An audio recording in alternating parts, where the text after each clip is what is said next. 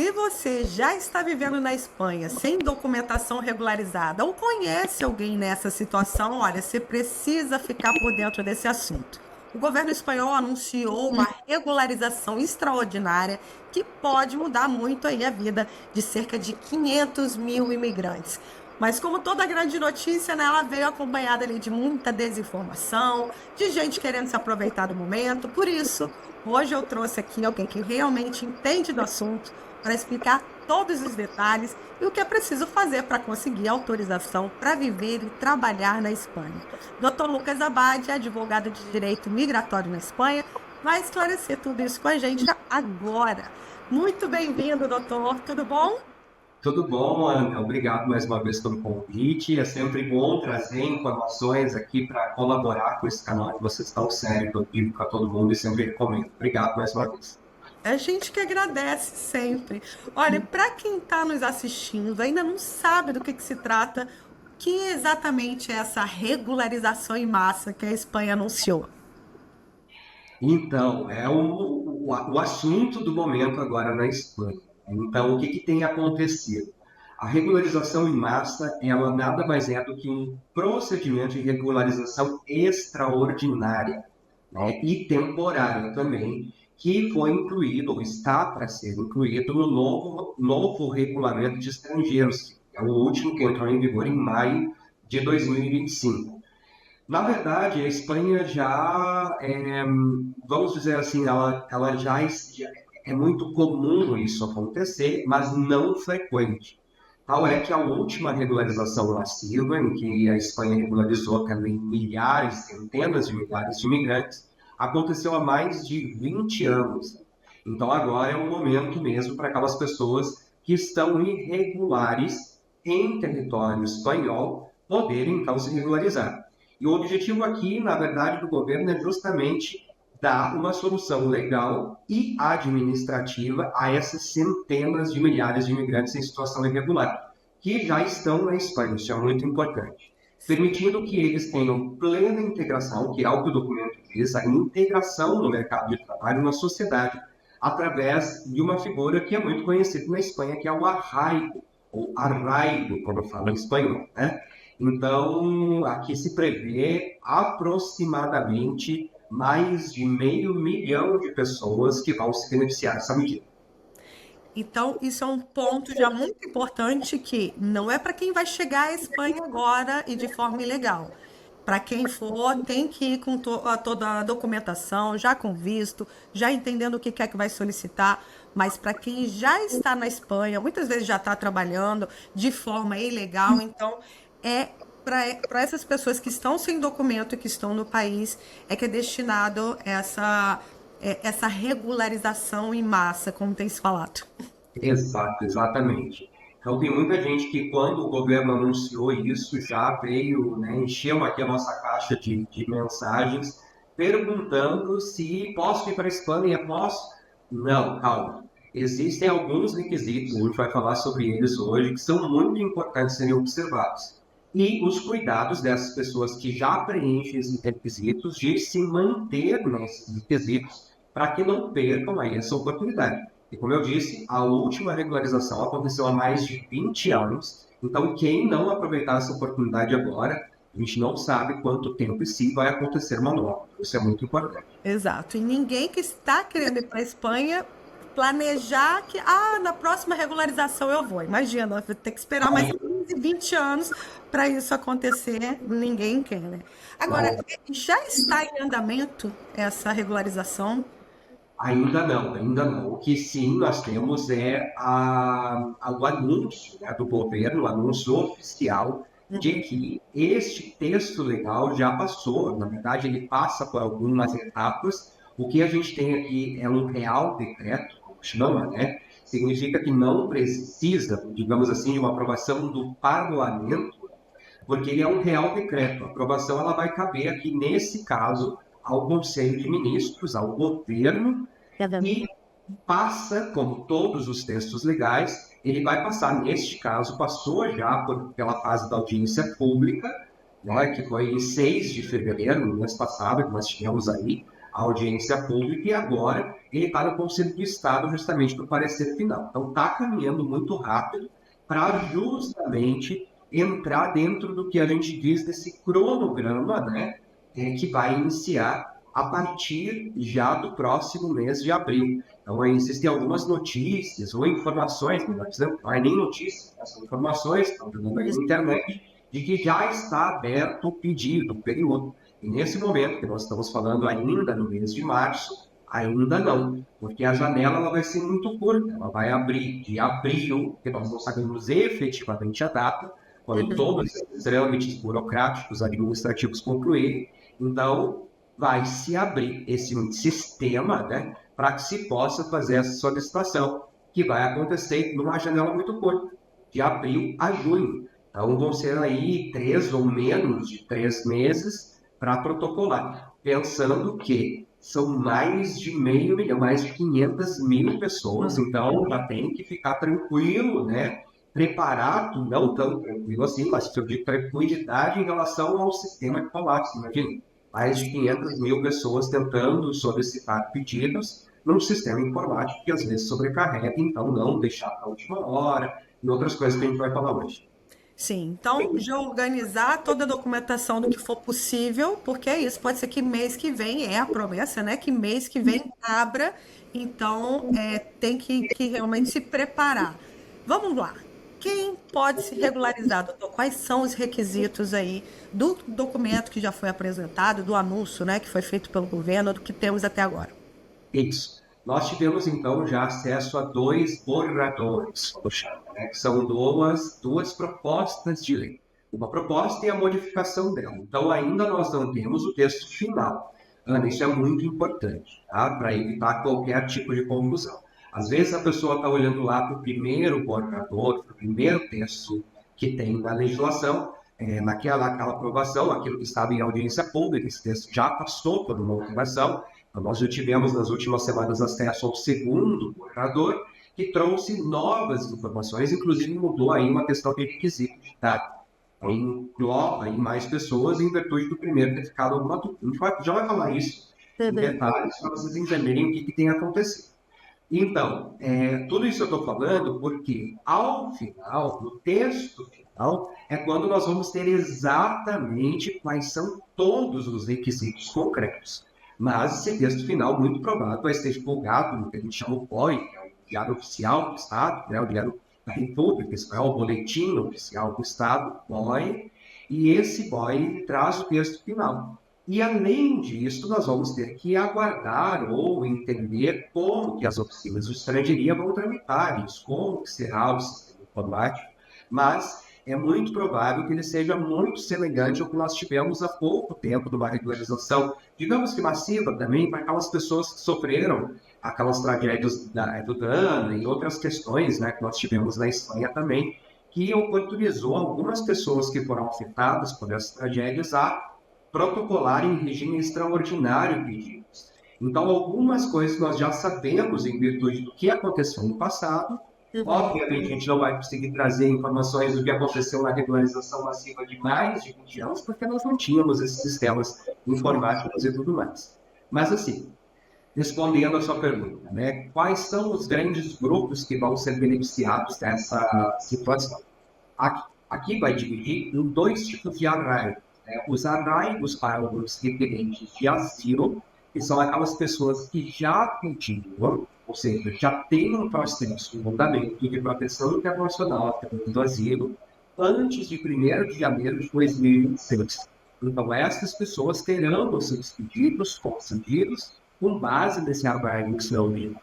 E este arraigo extraordinário não permite que a disposição de quem faz uma lei. Nós temos a disposição 36 nesse borrador, assim, dessa legislação, que vai falar daqueles estrangeiros que estão na Espanha em situação irregular, não pediram asilo, porque os organismos têm que responder, mas que se encontram na Espanha, que entraram em território espanhol de maneira legal antes de 1º de janeiro de 2026.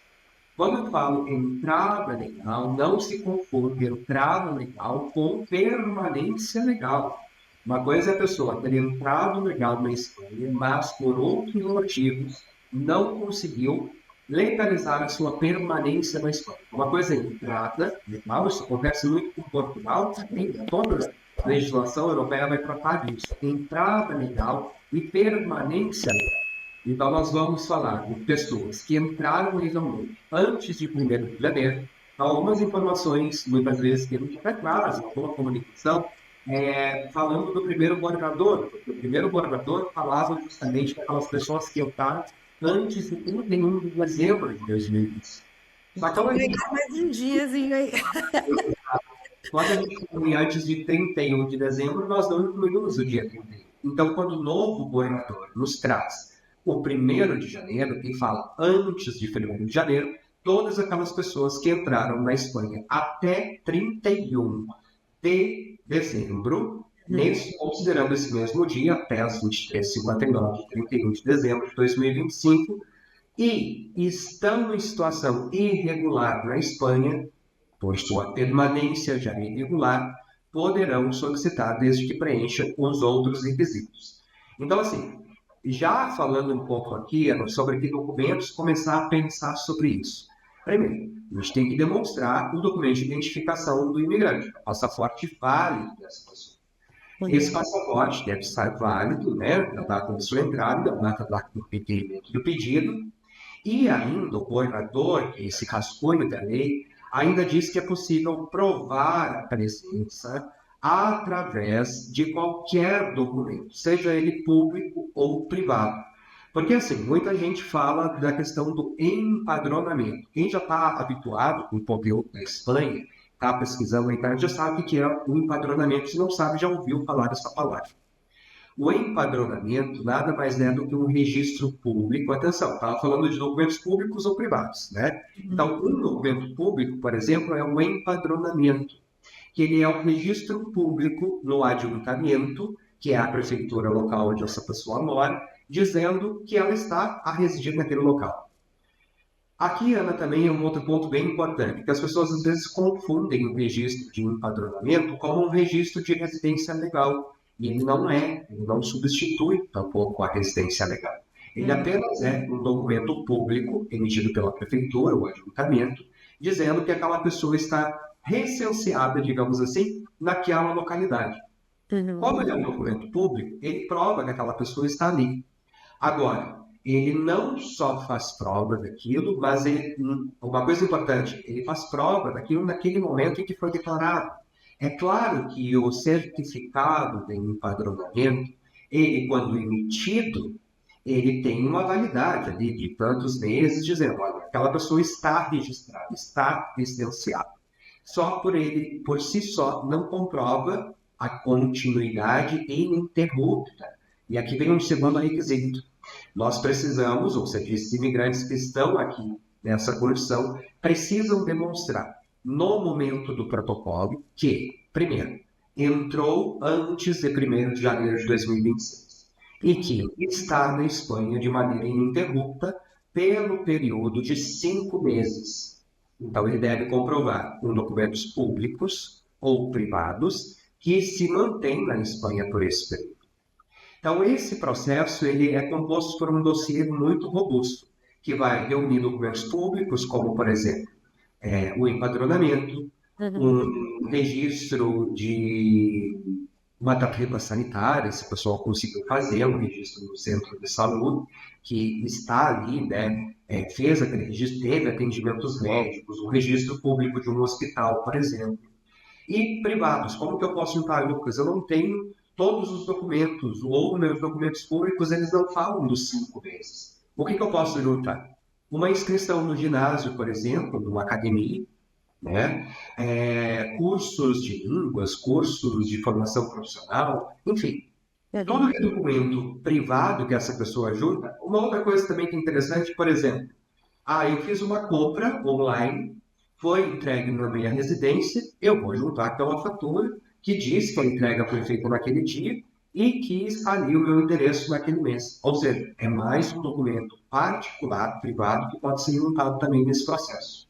Entendi. Então é isso. Primeiro tem que chegar antes de 1º de janeiro de 2026 e comprovar que chegou ali e de forma legal, ou seja, mesmo quem entrou como turista, entrou como uma forma legal, para quem é brasileiro, por exemplo, que não precisa ter visto para entrar como turista na Espanha, isso já está ok. Então, a passagem ali, o passaporte com carimbo, esses documentos. Agora, além disso, também é necessário comprovar pelo menos 5 meses de permanência contínua, né? Não pode ficar, foi ali para o Reino Unido, deu saída. Não, tem 5 meses na Espanha, e aí, nesse caso, como o senhor falou, comprovando com documento público, privado, ou uma combinação desses dois, certo?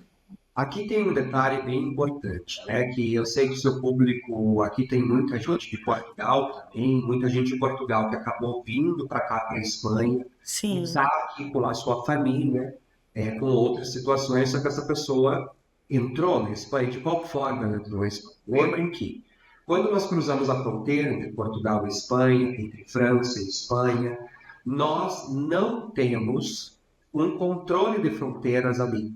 Então, muitas vezes, se o meu carimbo de entrada ele é de outro país dentro do espaço Schengen e eu tenho o carimbo, a comprovação que eu entrei naquele país, eu tenho que comprovar que eu entrei na Espanha. Como que eu comprovo isso?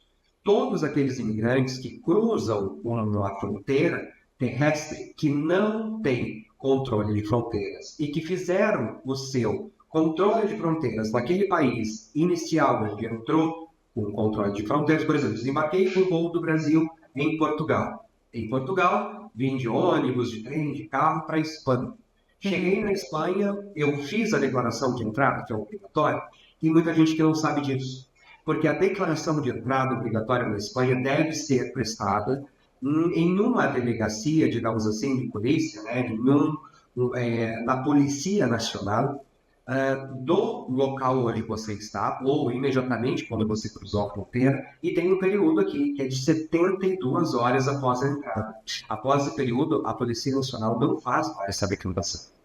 Então, aqui eu sei e já prevejo aqui um grande problema de muitas pessoas que já estão aqui, que entraram por outro país e que não fizeram essa declaração pela falta de informação. Bem, aqui eu já vou antecipar uma pergunta, que é muito provável que venha, que é: e agora o que eu faço? Nós vamos ter que construir muito bem esse dossiê, demonstrando, e principalmente com esses documentos públicos, né, que vão demonstrar que a pessoa está aqui e que ela está de maneira continuada na Espanha. Agora, eu não sei responder para vocês como que isso vai ser avaliado, porque a gente vai ter que entender como que nesse pormenor específico a Espanha vai, o que ela vai entender, se serão suficientes aquelas comprovações de documentos que mostram a estada contínua dessa pessoa aqui, ou se essas pessoas que não fizeram o seu compromisso de declarar a entrada em 72 horas vão estar fora ou não vão ser rechaçadas desses documentos, né? Temos que entender como que vai ser isso na prática mesmo.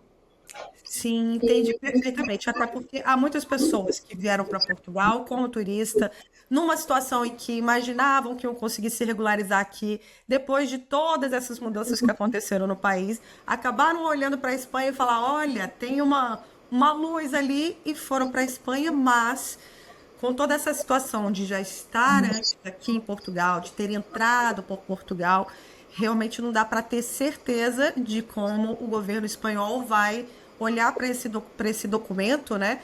Se essa pessoa não fez esse aviso para a Espanha de que, olha, eu estou na Espanha agora, né? De eu entrei na Espanha e quando que ela entrou, né? Trazer esse histórico todo certinho. Eu entendo, e assim que a gente tiver aí informações sobre isso, a gente volta aqui para contar para o pessoal os primeiros casos. De repente, conforme for saindo, a gente vai avisando para ver se ainda dá tempo do pessoal pedir, né? Agora, antecedentes penais, eles precisam ser comprovados tanto da Espanha quanto do país de origem? Como é que precisa isso? Precisa ser com tradução juramentada, com apostila de Haia? Como é que é esse documento? Importante. Antes, Ana, eu vou deixar aí no sua nota mental, porque eu estou agora lembrando aqui de uma questão Como vocês sabem, eu também sou advogado de imigração e nacionalidade em Portugal, então tenho muitos clientes em Portugal, muitos clientes que vieram para a Espanha e tudo mais, mas eu não quero me antecipar, porque eu quero que o pessoal fique até o final do vídeo. Então, vamos deixar esse ponto, porque isso aqui é uma informação muito importante para quem está ou esteve em Portugal e acabou vindo para cá, sobretudo aquelas pessoas que vieram trabalhar por uma empresa portuguesa e trouxeram familiares. Fiquem aí, porque eu acho que isso é um ponto importante. E, Ana, vamos puxar isso mais para o final, para o Já pessoal deixando anotado entender. aqui. Então, me fala para isso para eu não esquecer. Fala sobre os antecedentes penais, né, os antecedentes criminais. É necessário, como em qualquer procedimento de estrangeria, aportar os antecedentes criminais do país de nacionalidade, tá? Ainda que em alguns requisitos não traga explicitamente ali país de nacionalidade, se não o país que viveu nos últimos 2 anos, é importante sim o país de nacionalidade, tá? Porque senão eles vão pedir, como a gente chama de subsanação, né, pedidos adicionais desse documento. Então já vai preparar essa pessoa o certificado de antecedentes criminais, certidão de antecedentes criminais do Brasil. Aquela emitida online, que é bem simples de emitir, e tem que apostilar, como todos os documentos, para serem aceitos no país, né, que vai estar, eles devem ser apostilados. Aqui, como a gente está falando para o público majoritariamente brasileiro, nós temos a Convenção de Haia. Então, Brasil e Espanha são signatários do acordo da Convenção de Haia. Então, é o documento que legaliza esse documento na Espanha, por exemplo, esse documento brasileiro na Espanha, é a apostila de Haia. Agora, aquelas pessoas que aqui estão ouvindo e que não fazem parte, por exemplo, da apostila de Haia, um exemplo, por exemplo, Cuba, eu não me recordo agora outro país, mas enfim, algum país que não seja signatário, o que acontece? O documento tem que passar por legalização no Ministério, né, de Assuntos Internacionais, Ministério do Exterior da Espanha, naquele país de origem da pessoa. Então o documento ele passa pela legalização interna e depois passa pela legalização no Ministério, e aí ele vem para a Espanha, o que é simplificado com a apostila diária, por exemplo, para nós brasileiros. Então eu vou emitir a minha certidão de antecedentes criminais, vou apostilar, e como esse documento está em português, ele necessariamente precisa passar pela tradução juramentada. Existe uma lista de tradutores juramentados no Ministério da Espanha em que é possível traduzir esses documentos de forma legalizada. De outra forma também, além dessa lista, existem profissionais que são habilitados a traduzir esses documentos. Então, o nosso escritório tem, por exemplo, contato, né, com esse pessoal, faz a gestão das traduções e tudo mais, para facilitar um pouco isso. Mas esses documentos precisam estar, primeiro, apostilados e, segundo, traduzidos, com essa tradução certificada e juramentada. Importante, Ana, o cuidado que esses documentos têm validade. Então, se, por exemplo, eu já tenho uma certidão emitida e eu vou apresentar o meu pedido no mês de maio, por exemplo, se já venceram aqueles 90 dias, não vale a pena. Então, é melhor deixar para emitir o documento antes do protocolo, já encaminhar para a apostila. Esse documento digital no Brasil é muito fácil de ser apostilado, às vezes até no mesmo dia o cartório apostila de forma digital e já encaminha para a tradução, para ter esse documento o mais recente possível. Eu acho que no momento da análise ele esteja aí dentro da validade. Ah, então dá para fazer de forma digital. Não preciso pedir para um parente lá no Brasil e vai, apostila. Dá para fazer de forma digital com o contato do cartório, é possível? Todos esses processos, eles acabam por ser de maneira telemática, digitalizada. Então, a gente sabe que hoje já tem algumas informações aí extraoficiais, né, de que os órgãos já estão utilizando, por exemplo, inteligência artificial para análise documental. Então, muitas vezes, um documento físico mal digitalizado, ele pode gerar confusão, pedidos de subsanação desnecessários. Então, documentos que podem, isso serve para tudo. Uma pessoa que está pedindo homologação de estudos, para uma pessoa que está pedindo um outro processo na Espanha, como noma digital, por exemplo. Outros processos, tudo que for digital, e se a gente tem a possibilidade de emitir o documento de maneira digital, emitimos o documento de maneira digital, apostilamos de maneira digital e submetemos ao órgão de maneira digital, porque isso facilita muito também. Ótimo, facilita tanto para a pessoa que está solicitando, quanto para esse envio de documento. Que bom saber que a Espanha já está assim, com tudo digital, inteligência artificial, fico feliz. Diferente do nosso vizinho aqui em Portugal, que aquela coisa, né? O selo lá. Exato. Não, a gente tem para uma renovação, a gente manda documento, tem que mostrar o documento depois físico lá, olha. Mas é isso. Ainda sobre os antecedentes, é importante. O pessoal que viveu em outro país nos Ah, últimos 2 anos, ou melhor, eu prefiro estender para os últimos 5 anos, tá? Que é a regra geral. Então, se certo. você viveu no país nos últimos 5 anos, em outro país diferente da sua nacionalidade, nos últimos 5 anos, é importante que você junte o documento devidamente apostilado ou legalizado de antecedentes penais desse país. Mas isso é importante. Você viveu nesse país de maneira legal nos últimos 5 anos por pelo menos 6 meses. Eu tive um visto em Portugal. Aham. Fiquei por 6 meses no país. E aí depois eu vim para a Espanha. Agora, uma outra questão, olha só. O pessoal veio como turista para Portugal. Ficou mais de 3 meses, ultrapassou o tempo de turismo. Ficou irregular. Veio para a Espanha. Não prestou a declaração de entrada. Uhum. Aí um problema. É um grande problema. Que essa pessoa ela entrou em território espanhol já de maneira ilegal. Então Exato. aqui já não cabe, já nem tem que falar os antecedentes penais de Portugal, porque essa pessoa não viveu de maneira legal em Portugal. É isso. Vamos trazer aqui para a realidade que a pessoa que já esteve ilegal, ela estava ilegal em Portugal e ela entrou como turista já de maneira ilegal, ultrapassando esse tempo de permanência como turista, ela não se enquadra naquela situação de ter entrado legalmente na Espanha, né? Porque o tempo de turismo é 90 dias. Então, é bom a gente também trazer isso para que as pessoas não fiquem na expectativa de que isso seja fácil e que dê ali para o caso dela se ela já estava ilegal quando entrou no país. É isso aí. Sim, então só no resumo quanto aos antecedentes penais, se a pessoa, um brasileiro, viveu aqui em Portugal legalmente, agora vai para a Espanha, o ideal e o que está solicitando ali, se ela viveu mais 6 meses em Portugal, é que tenha os antecedentes criminais do Brasil, de Portugal, e aí o do da Espanha ali, quando ela for solicitar. Ela vai precisar igualmente os antecedentes criminais da Espanha, tá? Só que isso a administração consegue verificar de forma oficiosa, que a gente chama. Certo. Então, e principalmente se a pessoa já tem, como por exemplo, o arraigo em função de pedidos de asilo, né? A pessoa já submeteu o processo, já está na Espanha, então eles já têm acesso a todas as informações também.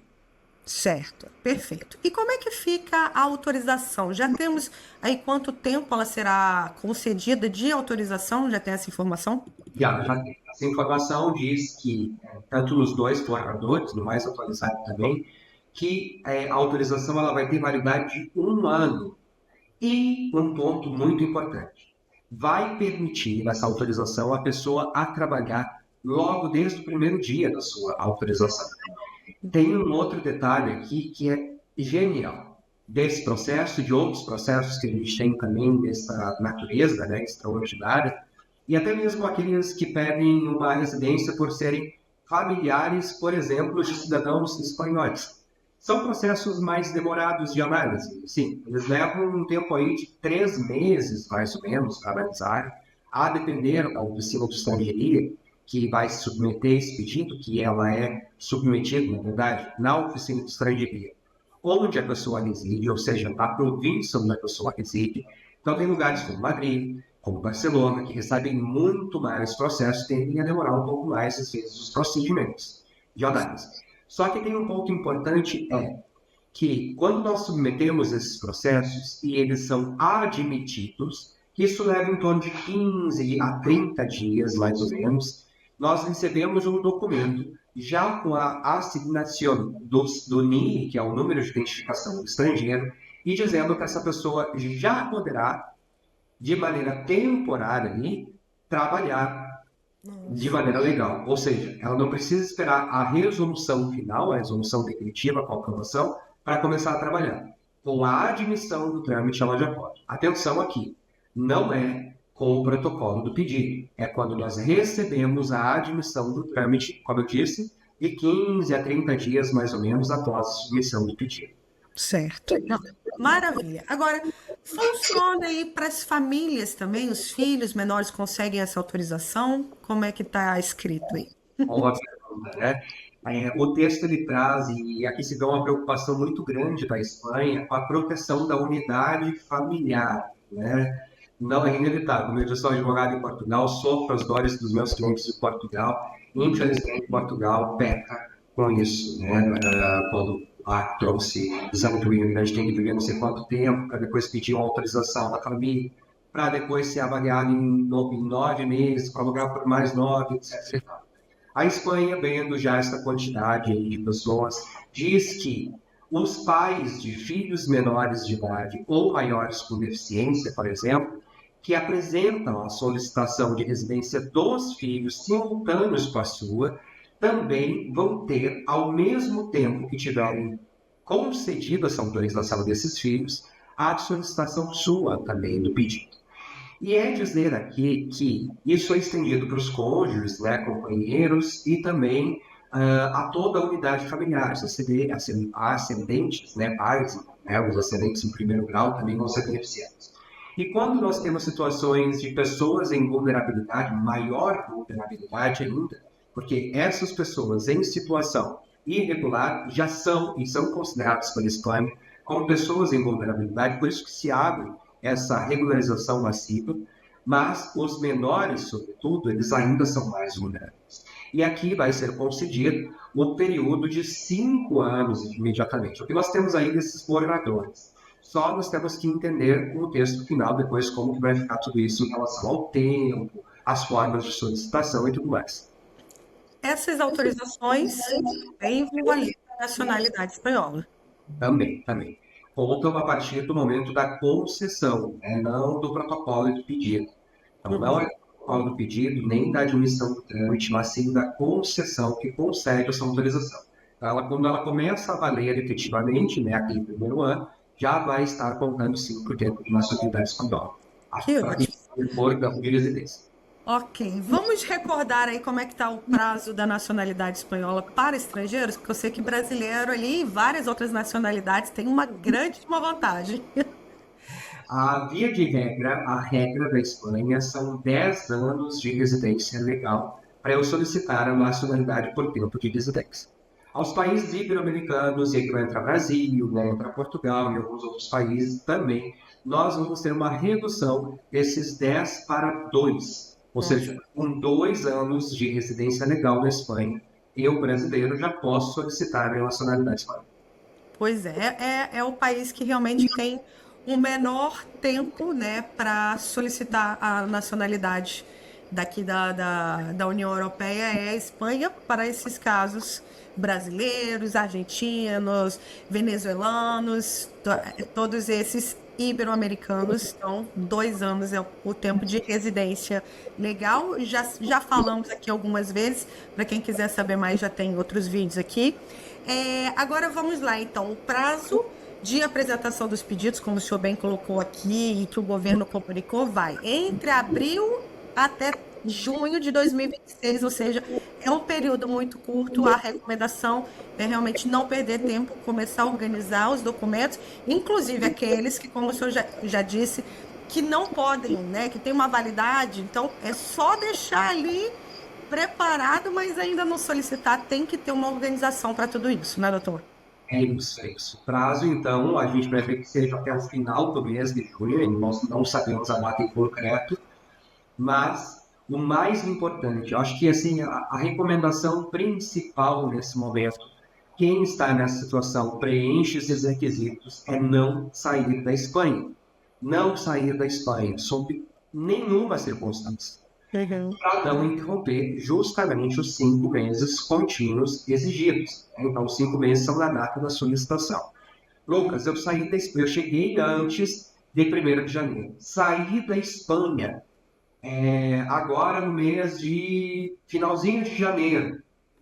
E aí, como é que eu faço? Vai abrir o tempo, eu não tenho ainda os 5 meses, ou vai contar os 5 meses? Olha, tem um interrupto. Ou seja, Se você voltou no início de fevereiro, por exemplo, você vai contabilizar ali o mês de fevereiro, né, inteiro, o mês de março, o mês de abril, o mês de maio e o mês de junho. Muito provável, calculando bem, você só vai poder fazer o seu protocolo lá no finalzinho de junho, para você preencher esse período. Não precisa, pelo que a gente entende desses documentos aí que estão circulando, os oficiais, né, o governador, nós não precisamos ter os 5 meses a partir da minha entrada na Espanha antes de 1º de janeiro. Mas sim, o que o texto deixa claro é 5 meses imediatamente anteriores da data do protocolo. Então, essas pessoas que entraram antes, mas que deram uma escapadela da Espanha no início, ainda pode ser que consigam aí se regularizar. Então, as pessoas... não saia para não correr risco. Pacientemente, pacientemente. Além disso, Ana, uma coisa importante é o passaporte válido, não esquecendo disso, e já começar a reunir toda a documentação que comprova a permanência nos últimos 5 meses, né? Ou seja, os públicos lá, o empadronamento atualizado, faturas, receitas médicas, atendimentos, enfim, o histórico bancário, se a pessoa teria ali abriu conta em tal data, na Espanha, né? Tem isso aí também, uma compra que fez. Então, reunir tudo isso. Então, essa organização é o mais importante e ela é o segredo, com certeza, disso. Essa chegada, né? Como é que foi essa chegada aqui? Se por acaso a pessoa que entrou como turista em Portugal, mas com um mês ainda veio para cá, ainda estava no prazo como turista, essa pessoa está válida e tem que comprovar como é que ela chegou até aqui. Ah, veio de ônibus, veio de carro, foi passando ali no pedágio, pega tudo quanto é informação, monta a pastinha, conversa lá com o doutor, com o Lucas, olha, estou aqui, tenho esses documentos, vamos organizar e botar tudo direitinho. Isso com certeza vai ajudar bastante. É isso mesmo. Planejamento é tudo, organização é tudo e acompanhamento. Nesse período tão curtinho, não dá para errar, né? Agora, doutor, já estamos finalmente, daqui a pouquinho eu quero saber o que é que o senhor teve aí, algo que o senhor lembrou, mas só para deixar confirmado. A pessoa vai ter direito a uma residência, então, de 1 ano. Depois disso, como é que faz? Tem uma renovação, é um novo processo, até que ela consiga aqueles 2 anos para solicitar a nacionalidade, no caso de brasileiros, né, e outras nacionalidades. Como é que fica?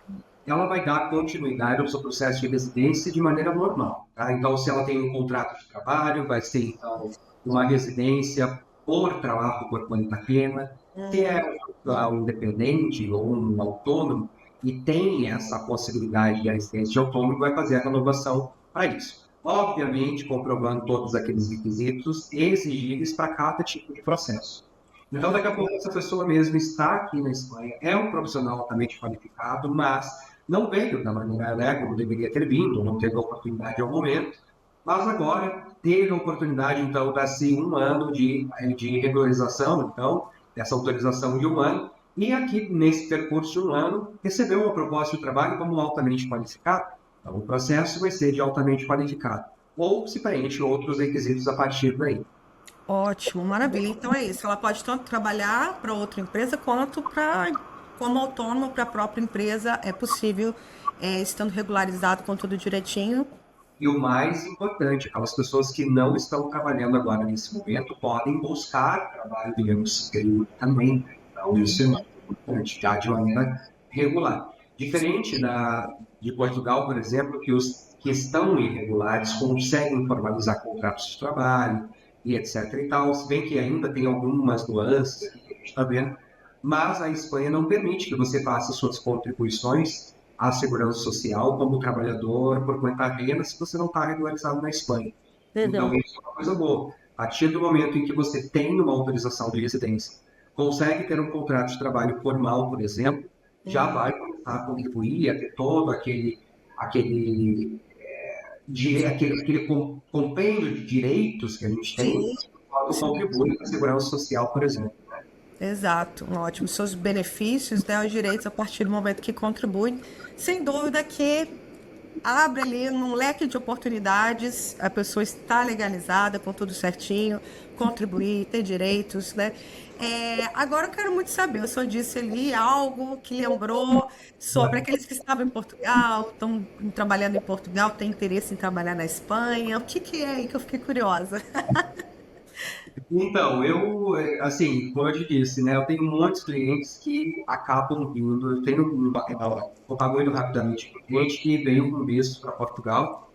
Deu tudo certo, fez seu pedido lá, ele, na verdade, na época trocou para uma autorização de residência CPLP, e a empresa dele convidou ele para vir trabalhar na Espanha. E ele veio para a Espanha. Na sequência da vida dele, veio a família para a Espanha. Só que o que acontece com esse trabalhador destacado? Porque ele veio numa condição de destacamento profissional. Então, ele veio em função da sua autorização de residência em Portugal, ok?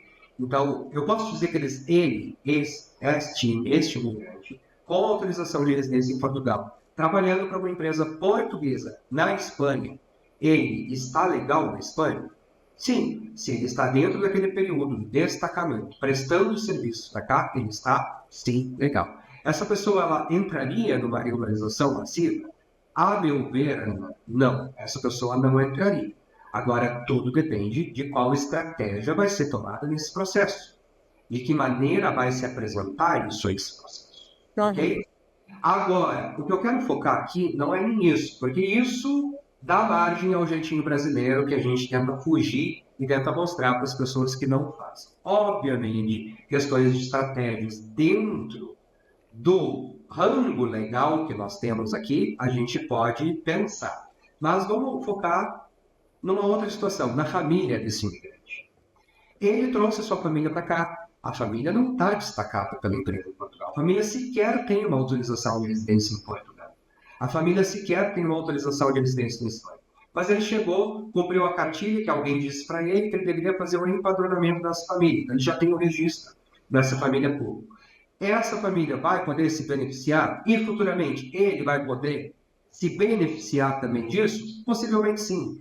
Agora, esse tempo em que ele, imigrante legal em Portugal, vivendo na Espanha em virtude de um contrato de trabalho português, que está prestando serviços fora de território português para uma empresa portuguesa na Espanha, ele não está contabilizando o tempo de nacionalidade porque ele não tem uma autorização de residência na Espanha.